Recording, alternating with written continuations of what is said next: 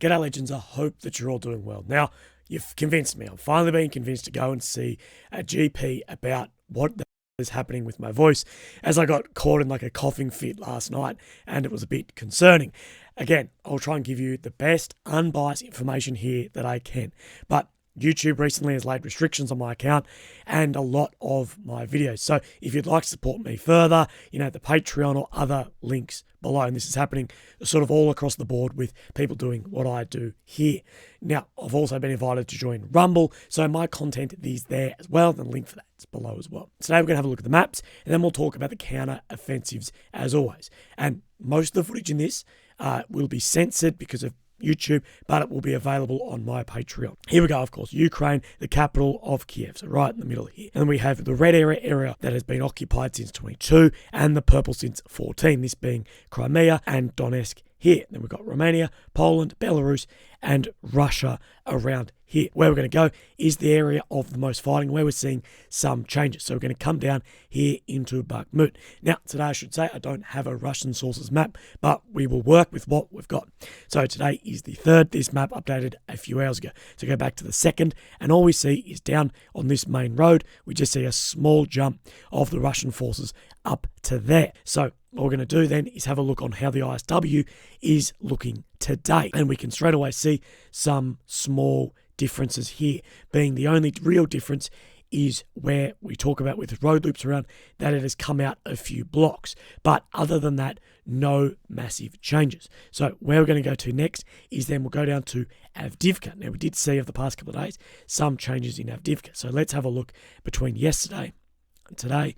No changes on the deep state map. But if we have a look between the ISW yesterday and the ISW today, between the ISW today and the ISW yesterday, we're not seeing any changes. And we know this is an incredibly hot area as well. All we did see to the southwest of Avdiivka is some small changes on the map here, with it looking like Russia lost some ground here and gained some ground here, but no significant moves. And that has been the same up and down the front line from myself looking at these maps. What do we have in Kherson?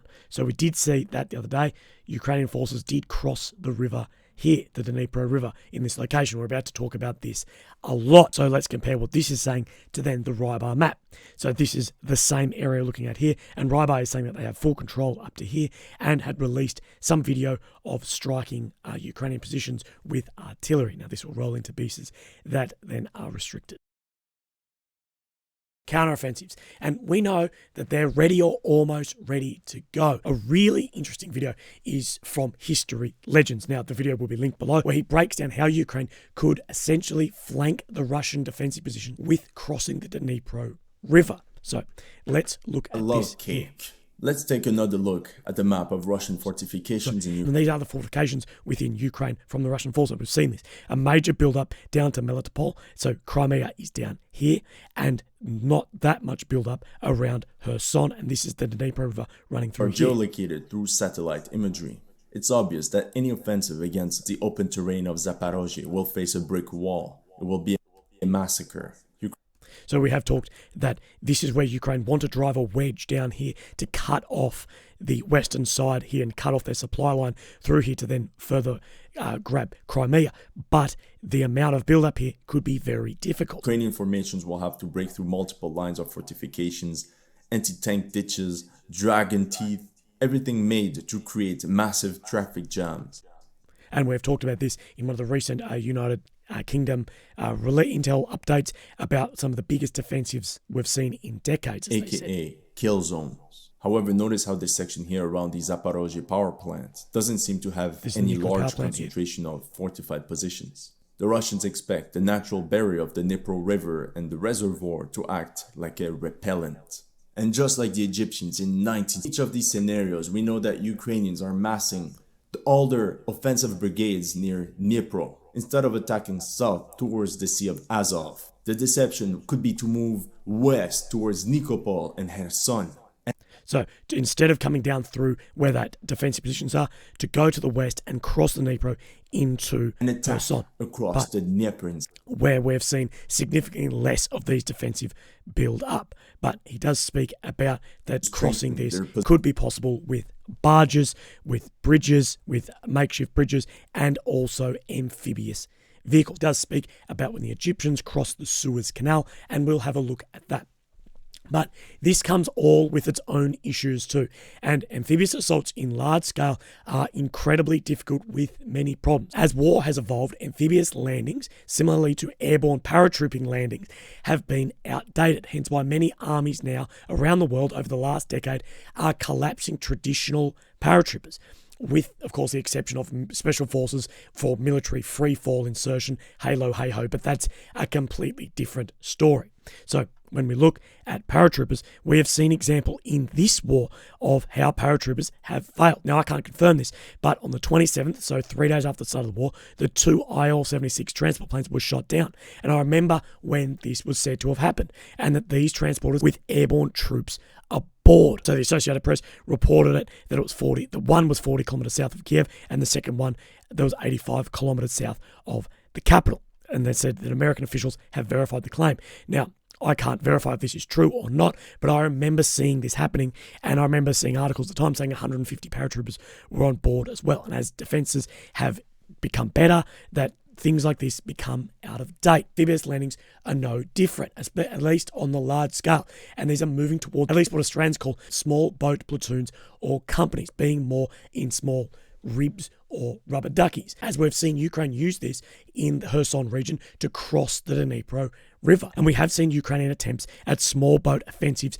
across the Dnipro before. So they did cross into this region, which is where the Zaporizhzhia nuclear power plant is, here in Erdhada. So I knew someone who was actually on these operations, who took place in small boats across to try and take the power plant here. This operation did go south very quickly, with a number of Ukrainian boats then turning around and a number of Ukrainian soldiers being killed. This is footage here that there could be more offensive operations across here to gain a foothold in this region and take back the nuclear power plant. But it most likely would be done without a lot of the artillery support, as it would be a nuclear power plant. The guy I knew who participated in this said as they took off, Russian helicopters came and that they were sitting ducks out on the water to these attack helicopters. Now, the example given is when Egypt crossed the Suez Canal. Something to take into mind is this conflict took place in the 70s, well before widespread mobile communications and surveillance drones, which both sides are now using extensively. Plus, Egypt had very good air defense. But let's have a watch of this. So, 1973. The attack began at 1400 hours. A huge barrage. The entire length of the Bar-Lev line with every weapon available. As Egyptian bombers blasted communications positions, 4,000 guns rained shells down on the Bar-Lev strongholds in a 20-minute barrage. So a huge, just massive all-in barrage. And I'm going to show you something after this as well that is very similar to this of offensive operations. Israel's Air Force flew to the rescue, only to be met by surface-to-air missiles. And apparently the surface-to-air missiles were very effective against Israeli fighters at the time. At 1420, Egyptian troops carried 1,000 assault rafts to the banks of the Suez. Rangers had already slipped across and sabotaged the Bar-Lev line's ultimate defense against attackers. We're going to break down amphibious operations in a second, but small numbers of troops already moved across for reconnaissance and sabotage, which is incredibly important. And what we could say that maybe these Ukrainian troops moving across the Dnipro in Kherson recently for probing assaults to see where Russian positions are and to see the lay of the land, see where they could land certain elements, as well as what the defense structure is like. A pipeline of oil that was to be poured into the canal and set aflame.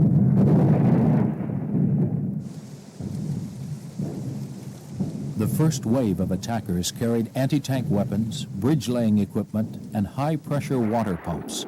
The water pumps were the ingenious solution to the problem of the 70-foot sand barrier. So they moved across and took out the sand barrier and did this within a few hours before building a number of bridges and then moving more elements across, clearing that bridgehead and then moving in flotation devices or bridges to then float across vehicles. And as we've said, the use of drone surveillance equipment has forever changed war. And this war is the first time we've seen this in this scale.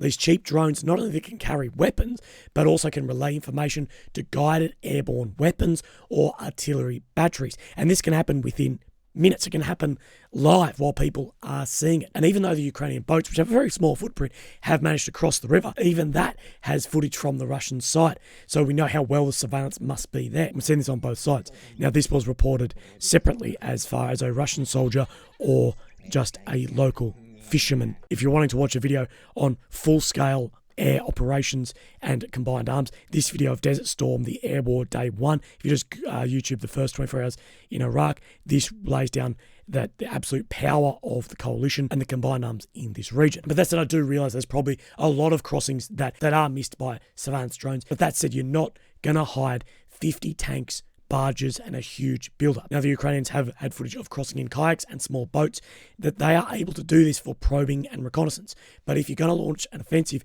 you need mountains of equipment and a reliable, continuous supply of supporting logistics. This was ultimately the failure of the Russian forces across the Dnieper River in Kherson, being this green region here, that they couldn't get enough logistics to their guys here. And it's going to be the opposite of that coming the other way. And we have footage here when this was happening of the Russian forces leaving. So in the video talking about firing at the small boats, firing at the engines. Very pro-Ukrainian page here has shown as well, and this was back at the Kherson offensive, Russian soldiers shot and sunk all the boats in this region. So they are aware, if this is true, about the ability to cross on small boats there. Now, I served in the 7th Battalion, which operates as mechanized infantry, and these are vehicles capable of amphibious operations, at least capable. Although me not personally taking place in any of these amphibious landings, which did comprise of ships with landing craft. But from talking to the guys who did take place in them, I have some idea of the logistical effort and the problems that did arise.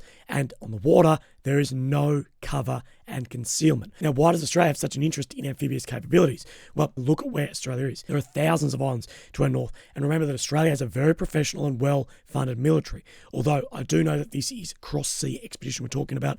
But at the end of the day, the last 300 metres, which is the width of the Dnipro at its narrowest, is the hard bit and the bit that matters. So let's go over this as well. This is from the Force of the Sea, Australia's amphibious capability. The Australian Amphibious Force is able to employ a landing force of up to a battalion group strength over the spectrum of operations for both humanitarian assistance and high-end warfighting.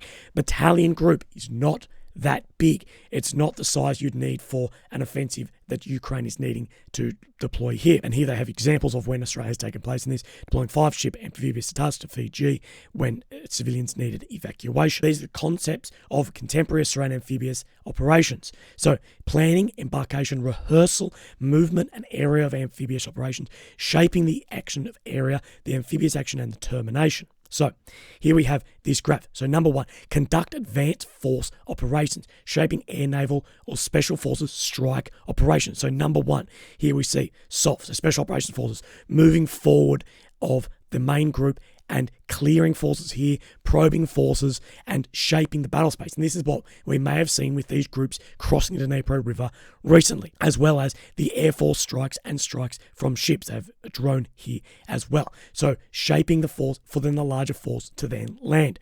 2, the established sea and air control, core maritime and air component requirement to set conditions for acceptable risk to its own forces and mission. To establish air control, and this is something that we cannot see either side get, is to establish air control. But who has more control in the air is Russia. So this is, at this point in time, not going to be taken for acceptable risk to your own force, that this is something that you need. Number 3 is manoeuvring the amphibious force. So in this case, it will be onto the boats, but in that case, it will just be onto the other side of the river, but this creates a big footprint on the ground. Number 4, conduct pre-landing force operations. So this will be a smaller force of pre-landing troops, similar to number 1, but not as far in front of the main force. Number 5 is undertake the amphibious action and the main force. So this is your main fighting force. And 6 is then to deploy follow-on forces as required strategic lift by air, land, and sea. So as you can see, this is something that requires massive combined arms between the forces and the ability to use air assets and conduct strikes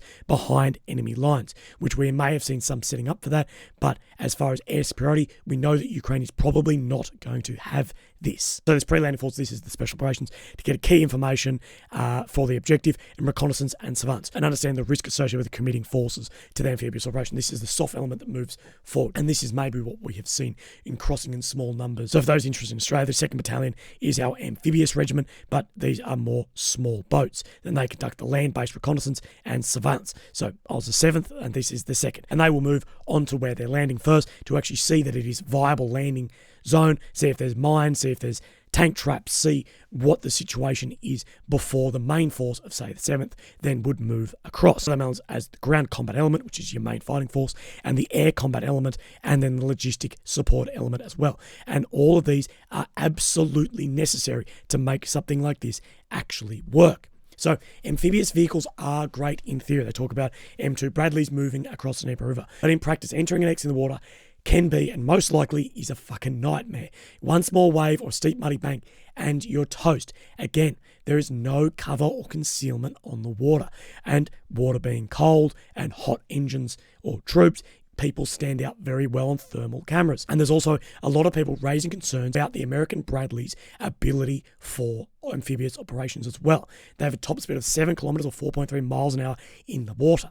And the US Army has before suspended amphibious operations with the Bradley, although I'm unsure if the problems were then fixed. If the Ukrainian forces do choose to swim these vehicles across, it would be a first. And maybe it is completely doable. I can't find really anything on Bradley's swimming except for these old photographs with the skirt around here for amphibious operations as well. And all the photos I see, they're using barges or pontoon bridges to make Bradleys cross the water. And in this photo, you would think that this is a perfect place to have an amphibious across. You've got a good entry and exit here. So there are doubts, at least I'm seeing, about the Bradleys' ability to conduct amphibious operations. There's no doubt that barges can be set up and transport tanks across the Dnipro or bridges as well, but this takes a lot of time and is a huge slow target moving across an area with no cover. And this is while Russia still have air dominance. They don't have air superiority, but they do have air dominance in the region. But I see as the bigger issue, once the tanks and the other armor are across, there needs to be a huge, continuous, unbroken supply of reinforcements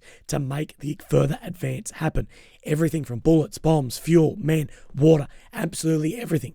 And if one or two of these makeshift bridges gets taken out, it could have a huge change in the situation, and it could become a situation like we saw Russia in the beginning with convoys in areas unable to move and then easily picked off by defenses. So once you're on the side, it is crucial that those logistics keep flowing. But these are going to be huge targets that don't move. This is the Antonov Bridge currently. Now, this footage was taken by an Italian gentleman and a Ukrainian gentleman.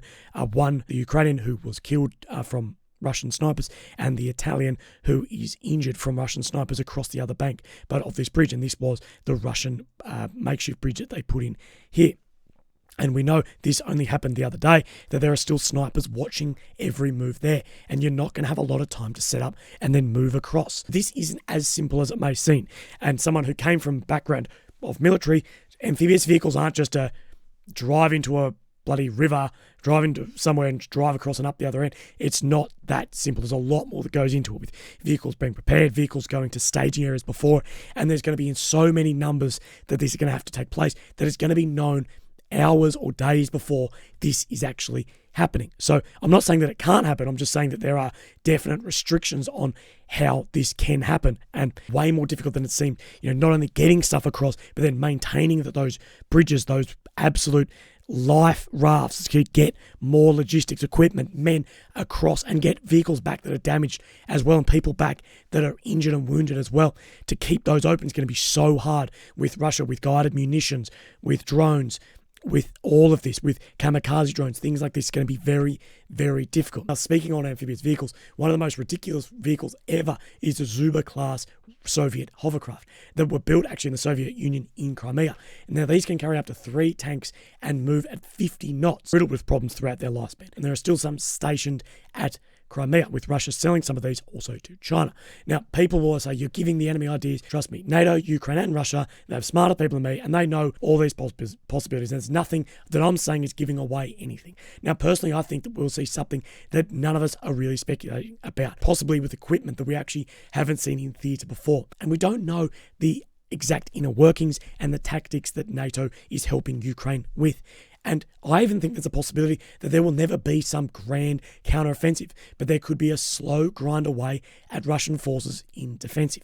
The chairman of the US Joint Chief of Staff, Mark Milley, in an interview with the Foreign Affairs last night, has had some interesting pieces to say about this. When asked, what do you expect the likely Ukrainian offensive in the coming weeks to achieve and the path of a successful offensive to a negotiated outcome?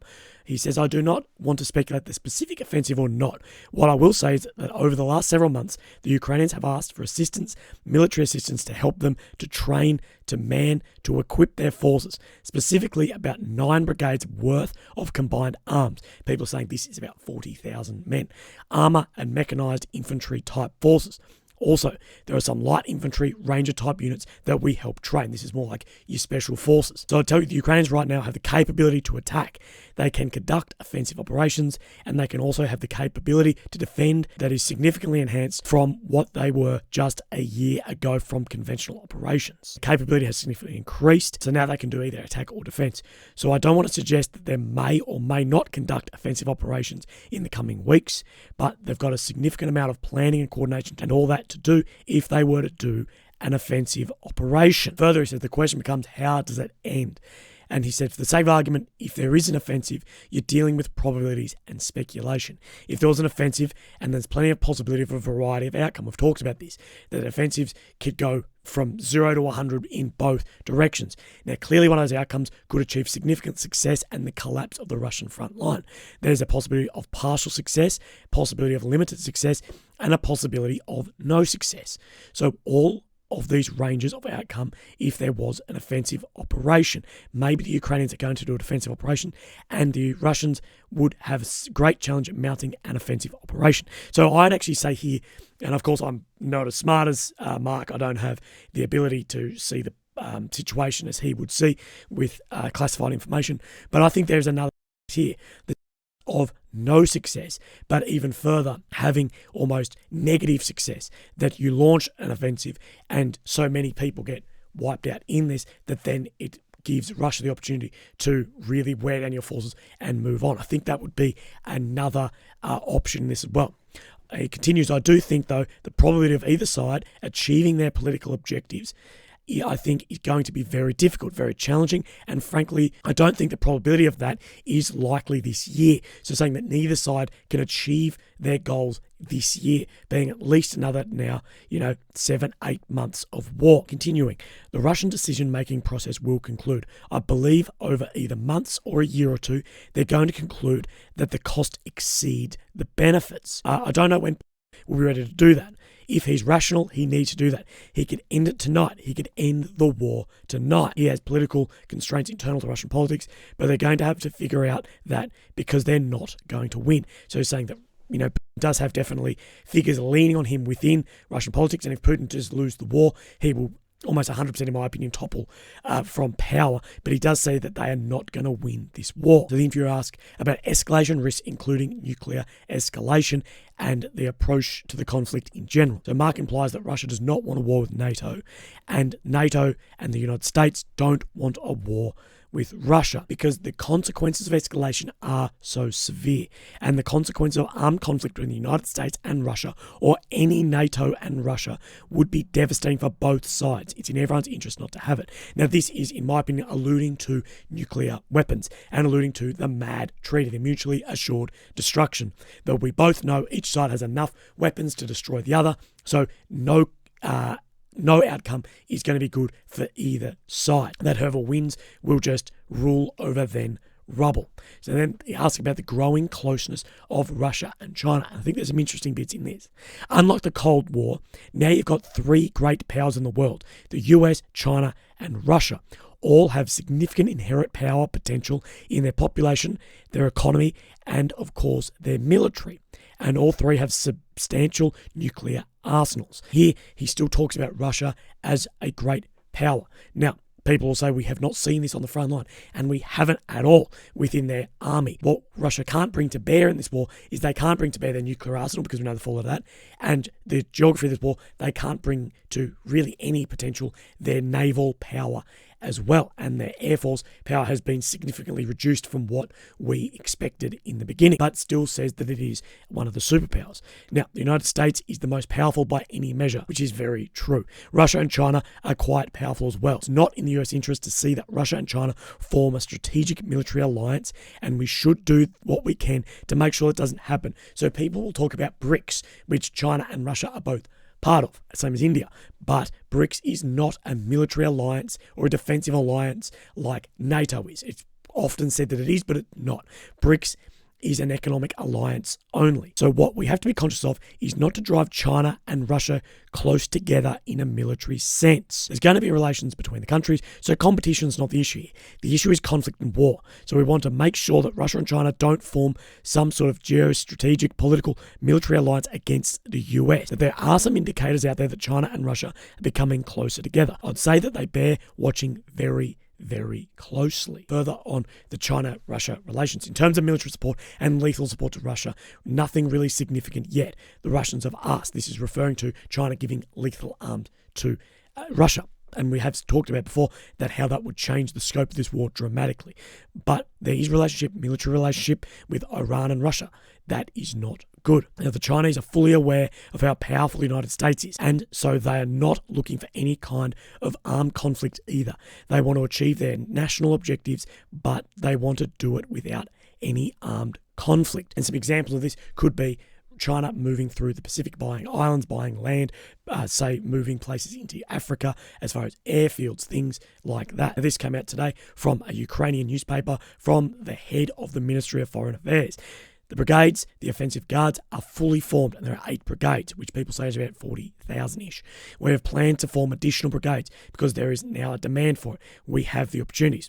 We are rearming the brigades that have already been formed. They will undergo appropriate training. This is 2 to 3 weeks, and in parallel, we are starting the formation of additional units. The task of each of these brigades will be to conduct appropriate offensive assault actions together with the defence forces during military operations. The success of the operation in one direction or another will depend on each brigade unit and each serviceman and policeman. So people are using this to talk about the potential counteroffensive operations from Ukraine. So just before I let you go, we're just going to go over to the intel update, the most recent one. So on the 20th of April, Russian military linked to social media claimed that Russian Deputy Defense Minister Colonel General had been dismissed. He had held the military logistics portfolio and had been there for about 8 months.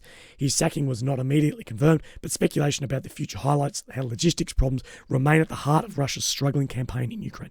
Russia does not have enough munitions to achieve success on the offensive. Paucity of ammunition drives internal divisions, most notably between Russia's Ministry of Defense and Wagner Group, as we've seen but Prigozhin talking about this in Bakhmut. Russia continues to give highest priority to mobilizing its defense industry, but it is still failing to meet wartime demands. While Russia political leaders persist in demanding success on the battlefield, Russia's logistics professionals are stuck in the middle. But legends, that's it today. So look after yourselves. I got to actually run off to the doctor. If you want to support me, the link's below, but never feel obliged. Look after yourselves. Go watch the video from History Legends, as well as this one about Desert Storm. So look after yourselves. Have a great day, and I'll speak to you tomorrow.